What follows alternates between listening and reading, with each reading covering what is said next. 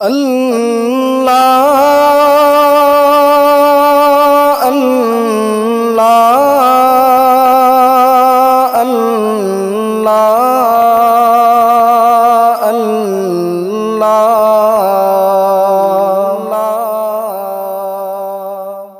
اللہ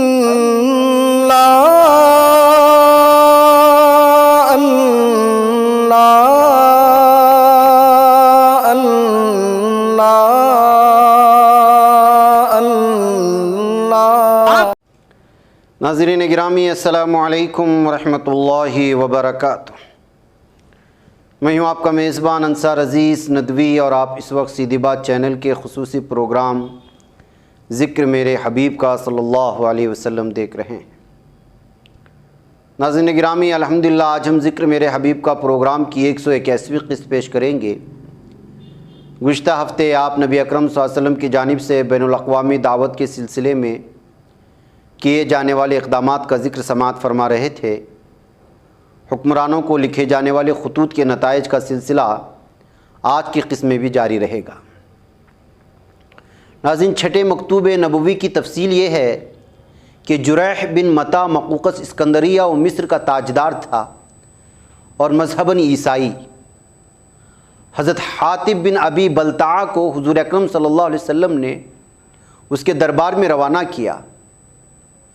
انہوں نے خط پہنچانے کے بعد گفتگو بھی کی، اور ایسے بے باکانہ انداز میں کی کہ جس سے اندازہ ہوتا ہے کہ کس مضبوط ذہن و کردار کی ہستیاں حضور اکرم صلی اللہ علیہ وسلم نے اسلام کے سانچے میں ڈھال کر پیدا کی تھی۔ حضرت حاتب رضی اللہ تعالیٰ عنہ نے مقوقس کو متنبہ کرتے ہوئے کہا کہ اس سرزمین میں پہلے بھی ایک شخص گزرا ہے جو انا ربکم الاعلیٰ کا نعرہ لگایا کرتا تھا، آخر وہ خدا کے غضب کا شکار ہوا۔ بس لازم ہے کہ آپ لوگ دوسروں سے عبرت پکڑیں، ایسا نہ ہو کہ دوسرے آپ لوگوں سے عبرت حاصل کریں۔ پھر عیسائیت کے مقابلے میں اسلام کی برتری کے دلائل دے کر واضح کی۔ پھر یہ بھی کہا کہ ہم آپ کو حضرت مسیح علیہ السلام ہی کے پیش کردہ صحیح دین کی طرف بلا رہے ہیں، یعنی یہ کوئی نئی راہ نہیں۔ مقوقس اسلام قبول کرنے پر تو آمادہ نہیں ہوا، مگر اس نے نامہ نبوت کا بڑا احترام کیا، اسے ہاتھی دانت کے ڈبے میں رکھوا کر خزانے میں محفوظ کر دیا۔ حضور اکرم صلی اللہ علیہ وسلم کے لیے تحائف بھجوائے، جن میں دلدل نامی مشہور خچر بھی شامل تھا۔ خط کے جواب میں یہ بھی لکھا کہ مجھے معلوم ہے کہ نبی آخر زماں کی آمد باقی ہے، لیکن میرا خیال ہے کہ وہ ملک شام میں اٹھیں گے۔ اور پھر ہرقل یا قیصر رومی سلطنت کے مشرقی حصے کا تاجدار تھا ہرقل، اور قسطنطنیہ اس کا دارالحکومت تھا۔ دحیہ بن خلیفہ رضی اللہ تعالیٰ عنہ کو حضور اکرم صلی اللہ علیہ وسلم نے نامہ مبارک دے کر اس کے دربار میں بھیجا۔ دحیہ رضی اللہ تعالیٰ عنہ بیت المقدس کے مقام پر جا کر اس سے ملے۔ سفیر مدینے کے اعزاز میں ہرقل نے بڑا بھاری دربار منعقد کیا اور نبی اکرم صلی اللہ علیہ وسلم کے بارے میں بہت سی تفصیلات دریافت کی۔ پھر دریافت کرایا کہ اگر مکے کا کوئی اور آدمی اس علاقے میں آباد ہو تو اسے پیش کیا جائے۔ اتفاق کی بات کہ حضور اکرم صلی اللہ علیہ وسلم کے مخالف محاذ کا قائد ابو سفیان انہی دنوں تجارت کے سلسلے میں شام میں پہنچا تھا۔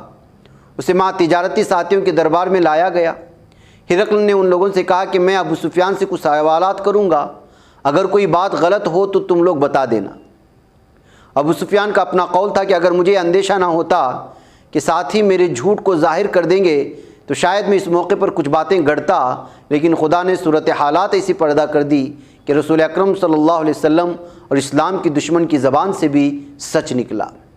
پھر قیصر نے حضور اکرم صلی اللہ علیہ وسلم کے خاندان، نسب، اخلاق، حضور اکرم صلی اللہ علیہ وسلم کے رفقائے تحریک کے حالات اور ان کی رفتار ترقی، جنگوں میں مسلم جماعت کی پوزیشن اور اسلام کی تعلیمات اور دوسری چیزیں دریافت کی۔ ساری باتیں سن کر کہا کہ ابو سفیان، اگر تم نے سچ جوابات دیے ہیں تو وہ شخص ایک روز اس جگہ کا مالک ہو جائے گا جہاں میں بیٹھا ہوا ہوں۔ کاش میں حاضر خدمت ہو سکتا اور اس نبی صلی اللہ علیہ وسلم کے پاؤں دھویا کرتا۔ اس کے بعد نامہ مبارک پڑھا گیا، جس پر درباری بہت سٹ پٹا گئے، کیونکہ ہرقل کی ذہنی کیفیت نے انہیں بوکھلاہٹ میں ڈال دیا تھا۔ انہوں نے مکہ والوں کو جلدی جلدی باہر نکال دیا۔ اس مکالمے نے خود ابو سفیان کے دل پر اسلام کی عظمت کا نقش ثبت کر دیا۔